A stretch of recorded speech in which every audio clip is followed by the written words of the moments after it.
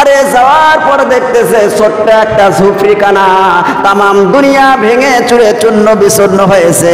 বুড়ির সেই ছোট্ট ঝুপড়িখানা এখনো মাথা উঁচু করে দাঁড়িয়ে আছে।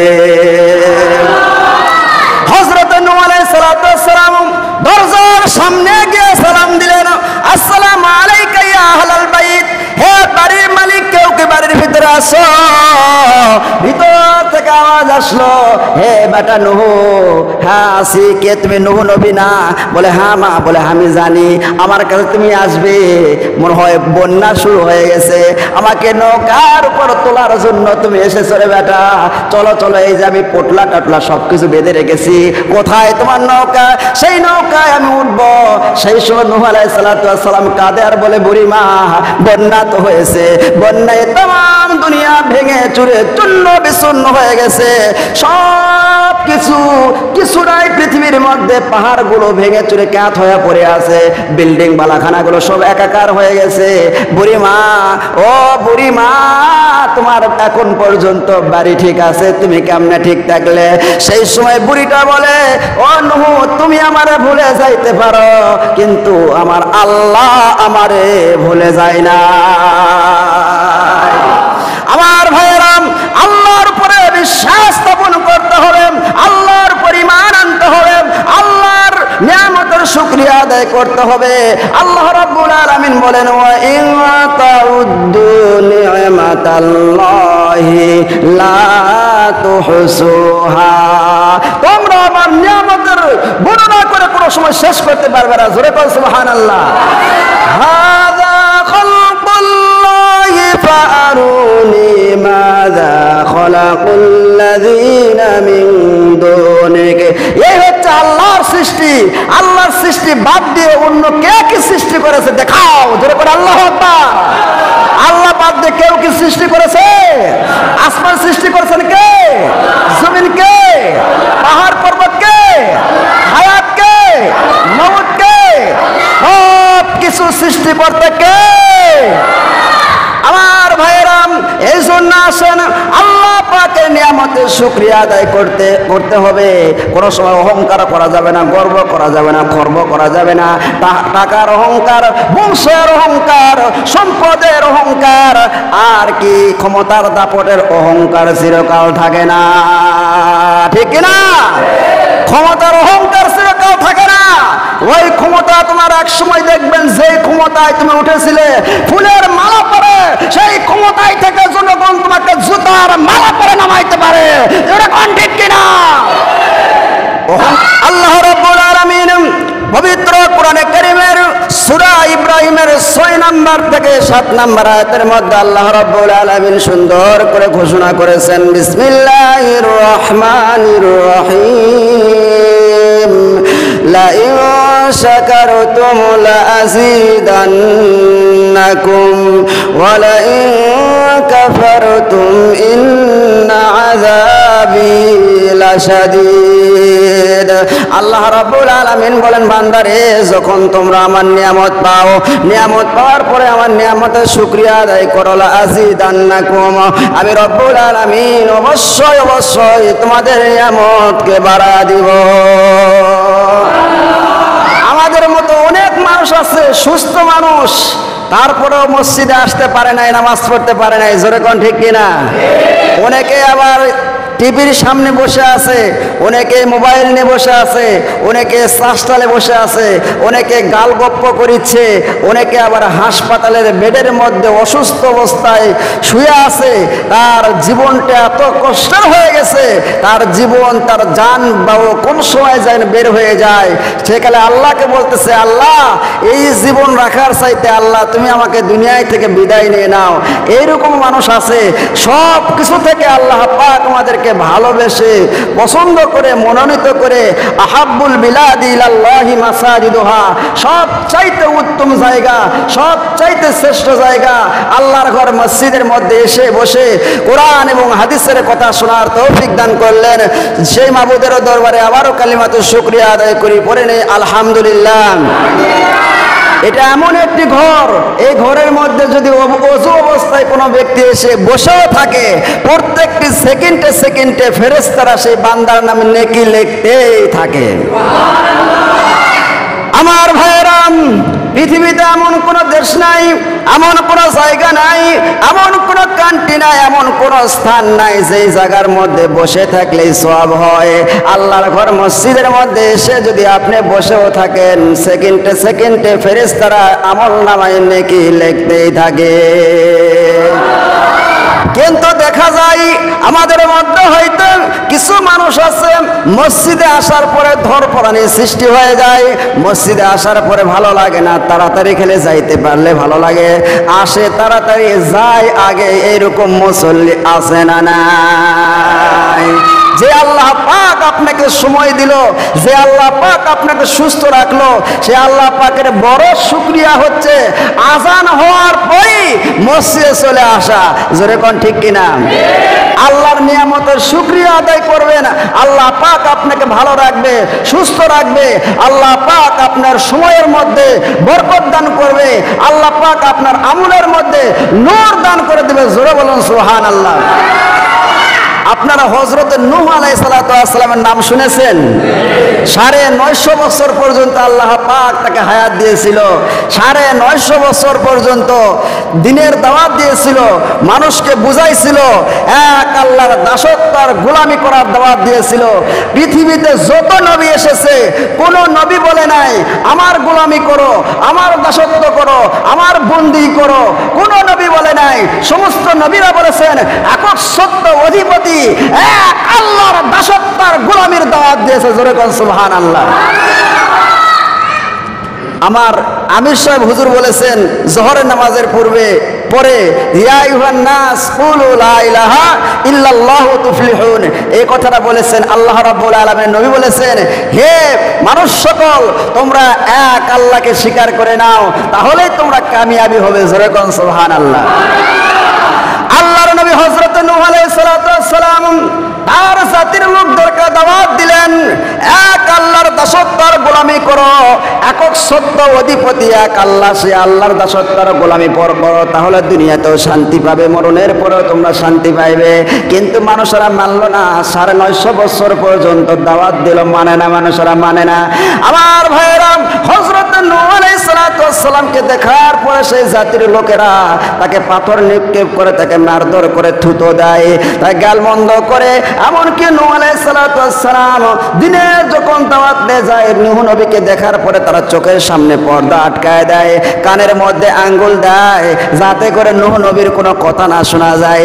পাথর মারতে মারতে আল্লাহর নবী নূহ আলাইহিস সালাতু ওয়াস সালামের সমস্ত শরীর রক্তাক্ত করে ফেলে দেয়। সন্ধ্যা যখন হয়ে যায়, আল্লাহর নবী নূহ আলাইহিস সালাতু ওয়াস সালাম পাথরের মধ্যে রক্তাক্ত অবস্থায় বেহুশ হয়ে পড়ে থাকে। জোরে কোন আল্লাহু আকবার। তার দিনের দাওয়াত দেয়া থেকে এক চুল পিছপা হয় নাই। জাতিকে বুঝাইতেছে, জাতিকে সমঝাইতেছে, ও জাতির লোকেরা, তোমরা আমার বন্ধু, তোমরা আমার শত্রু নয়, তোমরা আমাকে কেন শত্রু মনে করো? জাতির লোকেরা বোঝে না, মারা শুরু করলো।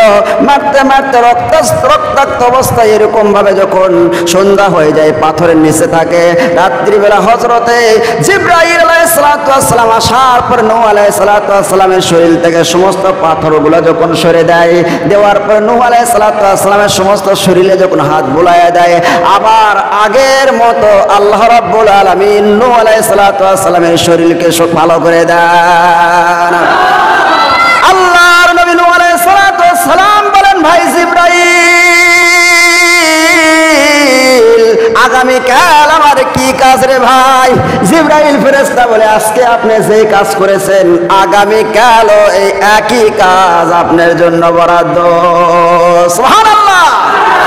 আল্লাহ রাব্বুল আলামিন কোরআনে কারীমের মধ্যে বলেছেন, ইয়া আইয়ুহাল রাসূলু বাল্লিগ মা উনজিলা ইলাইকা মির রাব্বিকা ওয়া ইল্লাম তাফআল ফামা বাল্লাগতা রিসালাতা ওয়াল্লাহু ইয়াসিমুকা মিনান নাস। হে নবী, আপনার উপর যে দায়িত্ব অর্পণ করা হয়েছে সেই দায়িত্বটা মানুষের কাছে পুরোপুরি ভাবে দাওয়াত দেন। যদি তার মধ্যে হয়তো একটি বাক্য কম বেশি থাকে তাহলে দিনের দাওয়াত দেওয়া সম্পন্ন হবে না। আমার ভাইয়েরাম, হযরত নূহ আলাইহিস সালাম বিরক্ত হয়ে গেলেন, জাতির লোকেরা তার কথা মানে না। 950 বছর দাওয়াত দেওয়ার পরে নূহ আলাইহিস সালাম রাগ করে আল্লাহর কাছে দোয়া করলেন, আল্লাহ এই জাতিকে আমি ঠিক করতে পারতেছি না রে আল্লাহ, এই জাতিকে ধ্বংস করে দাও, এদের সন্তানকে ধ্বংস করে দাও, এদের পোয়াপন ডিম বাচ্চা আন্ডা যা আছে সব কিছু আল্লাহ তুমি ধ্বংস করে দাও। আল্লাহ রাব্বুল আলামিন হযরত নূহ আলাইহিস সালামের দোয়াকে কবুল করলেন। আল্লাহ পাক বললেন, নূহ রে, তুমি একটা নৌকা বানাও, একটা কিস্তি বানাও। আল্লাহর নবী নূহ আলাইহিস সালাম নৌকা বানানো শুরু করে দিলেন। ভরা দুপুরে টটর রোদের মধ্যে আল্লাহর নবী নূহ আলাইহিস সালাম নৌকা বানায়। মানুষরা জিজ্ঞাসা করে, নূহ রে, এই রোদের মধ্যে তুমি নৌকা কেন বানাও? নূহ আলাইহিস সালাম বলেন যে নৌকা বানাইতেছি, আল্লাহ রাব্বুল আলামিন প্লাবন দিবে, বন্যা দিবে, तमाम দুনিয়া ধ্বংস হয়ে যাবে, এই জন্য নৌকা বানাইতেছি। জাতির লোকেরা কয় তোমার আল্লাহরও মাথা খারাপ, তোমারও মাথা খারাপ, এত রোদের মধ্যে কি বন্যা হতে পারে? নূহ আলাইহিস সালাম নৌকা বানায়। এমনি সময় একটা বৃদ্ধা মহিলা নূহ আলাইহিস সালামের কাছে আসার পরে বললেন, হে নূহ বেটা, তুমি কি বানাও, কি করো তুমি এখানে? বলে যে মা, আমি নৌকা বানাইতেছি। বলে কেন নৌকা বানাইতেছো? বলে যে আল্লাহ রাব্বুল আলামিন গজব দিবেন, আল্লাহ রাব্বুল আলামিন বন্যা প্লাবন দিয়ে तमाम দুনিয়া ধ্বংস করে দিবেন, এই জন্য আমি নৌকা বানাইতেছি। যারা আল্লাহ পাকের উপর ঈমান আনবে, আমাকে নবী বলে স্বীকার করবে, তাদেরকে এই নৌকার উপর তোলা হবে, তারাই শুধুমাত্র নিরাপদ থাকবে। সেই সময় ওই বুড়ি মানুষটা বলে ফেললো, হে নূহ বেটা, আমি আল্লাহ রাব্বুল আলামিনকে এক আল্লাহ বলে স্বীকার করলাম, তোমাকে নবী বলে আমি স্বীকার করে নিলাম। ও বেটা, শুনে রাখো, জেনে রাখো, আমি বৃদ্ধ মানুষ, আমি তো সব সময় বাহির হইতে পারি না। কোন সময় বন্যা হবে, প্লাবন হবে আমি তো জানি না রে বেটা। যেই সময় বন্যা শুরু হয়ে যাবে সেই সময় আমার একটু খবর দেও, আমি তোমার নৌকায় যাতে করে উঠতে পারি। নূহ আলাইহিস সালাম বললেন, ঠিক আছে বুড়িমা, ঠিক আছে, সমস্যা নাই। যেই সময় বন্যা শুরু হবে সেই সময় আপনাকে ডেকে নৌকার উপরে তুলব। আমার ভাইয়েরা, হযরত নূহ আলাইহিস সালামের জেহেন থেকে, মেজাজ থেকে, মাথায় থেকে, ব্রেন থেকে এই বুড়ির কথাটা ভুলে যায়। আল্লাহ রাব্বুল আলামিন 40 দিন পর্যন্ত বন্যায় পানি দেয়। এমন পানি হওয়া হয় तमाम দুনিয়া মাটির নিচে, तमाम দুনিয়া পানির নিচে চলে যায়। পাহাড় পর্বতগুলো কাত হয়ে পড়ে যায়, বিল্ডিং বালাখানাগুলো সব ভেঙে চুরে একাকার হয়ে গেছে। নূহ আলাইহিস সালাম সব কিছুই জোড়ায় জোড়ায় নৌকার উপরে তুলেছে। সব কিছু জোড়ায় জোড়ায় তোলার উপরে 40 দিন পর্যন্ত নৌকা পৃথিবীর আনাচে কানাচে এরকম ঘুরলো। ঘোরার পরে যখন পানিটা 40 দিন পরে কমে গেল, জ্যোতি পর্বতে গিয়ে যখন পাহাড়টা আটকে গেল, জ্যোতি পর্বত পাহাড়ের কাছে গিয়ে যখন নৌকাটা আটকে গেল, নূহ আলাইহিস সালাম নৌকায় থেকে নামলেন। নামার পরে মনে হলো একজন বুড়ি মানুষ তো আল্লাহর পর ঈমান এনেছিল, আমাকে নবী বলে স্বীকার করেছিল, তার কথাটা আমি ভুলে গেছি। সে তো মারাই মনে হয়ে গেছে, সে যে আমাকে বলেছিল তাকে খবর দেই নাই, এই কারণে তো আমি আসামি হয়ে গেছি। রব্বুল আলামিন তুমি আমারে মাফ করে দাও। হাঁটি হাঁটি পা পা করে বুড়ির বাড়ির দিকে যাইতেছে। আরে যাওয়ার পরে দেখতেছে ছোট্ট একটা ঝুপড়িখানা, तमाम দুনিয়া ভেঙে চুরে চূর্ণ বিচূর্ণ হয়েছে। বুড়ির সেই ছোট্ট ঝুপড়িখানা এখনো মাথা উঁচু করে দাঁড়িয়ে আছে। হযরত নূহ আলাইহিস সালাম দরজার সামনে গিয়ে সালাম দিলেন, আসসালামু আলাইকা ইয়া আহলাল বাইত, হে বাড়ির মালিক, কেউ কি বাড়ির ভিতরে ভিতরে আসো। ভিতর থেকে আওয়াজ আসলো, হে বেটা নূহ, হ্যাঁ আসি। কে তুমি? নূহ নবী না? বলে হ্যাঁ মা। বলে আমি জানি আমার কাছে তুমি আসবে, মনে হয় বন্যা শুরু হয়ে গেছে, আমাকে নৌকার উপর তোলার জন্য তুমি এসেছো রে বেটা। চলো চলো, এই যে আমি পোটলা টাটলা সবকিছু বেঁধে রেখেছি, কোথায় তোমার নৌকা? সেই নৌকায় আমি উঠবো। সেই সময় নূহ আলাইহিস সালাম কাঁদে আর বলে, বুড়ি মা, বন্যা তো হয়েছে, বন্যায় তাম দুনিয়া ভেঙে চুরে চূর্ণ বিচূর্ণ হয়ে গেছে, সব কিছু নাই পৃথিবীর মধ্যে। পাহাড়গুলো ভেঙে চুরে কাঠ হয়ে পড়ে আছে, বিল্ডিং বালাখানাগুলো সব একাকার হয়ে গেছে। বুড়ি মা, ও বুড়ি মা, তোমার এখন পর্যন্ত বাড়ি ঠিক আছে, তুমি কেমনে ঠিক থাকলে? সেই সময় বুড়িটা বলে, ও নূহ, তুমি আমারে ভুলে যাইতে পারো, কিন্তু আমার আল্লাহ আমারে ভুলে যায় না। আমার ভাইয়েরাম, আল্লাহর উপরে বিশ্বাস স্থাপন করতে হবে, আল্লাহর উপর ঈমান আনতে হবে, আল্লাহর নিয়ামতের শুকরিয়া আদায় করতে হবে। আল্লাহ রাব্বুল আলামিন বলেন, ওয়া ইন তাউদ্দু নি'মাতাল্লাহি লা তুহসুহা। তোমরা আমার নিয়ামতের বর্ণনা করে কোনো সময় শেষ করতে পারবে না। জোরে বল সুবহানাল্লাহ। হাযা খালকুল্লাহি ফাআরুনি মাযা খালাকুল্লাযীনা মিন দুনিহি। এই হচ্ছে আল্লাহর সৃষ্টি। আল্লাহর সৃষ্টি বাদ দিয়ে অন্য কে কি সৃষ্টি করেছে দেখাও। জোরে করে আল্লাহু আকবার। আল্লাহ বাদ দিয়ে কেউ কি সৃষ্টি করেছে? আসমান সৃষ্টি করেছেন কে? জমিন কে? পাহাড় পর্বত কে? হায়াত কে? মওত কে? সব কিছু সৃষ্টি করতে কে? আমার ভাইয়েরাম, এই জন্য আসেন আল্লাহ পাকের নিয়ামতের শুকরিয়া আদায় করতে হবে। কোনো সময় অহংকার করা যাবে না, গর্ব করা যাবে না, খর্ব করা যাবে না। টাকার অহংকার, বংশের অহংকার, সম্পদের অহংকার, আর কি ক্ষমতার দাপটের অহংকার চিরকাল থাকে না, ঠিক কিনা?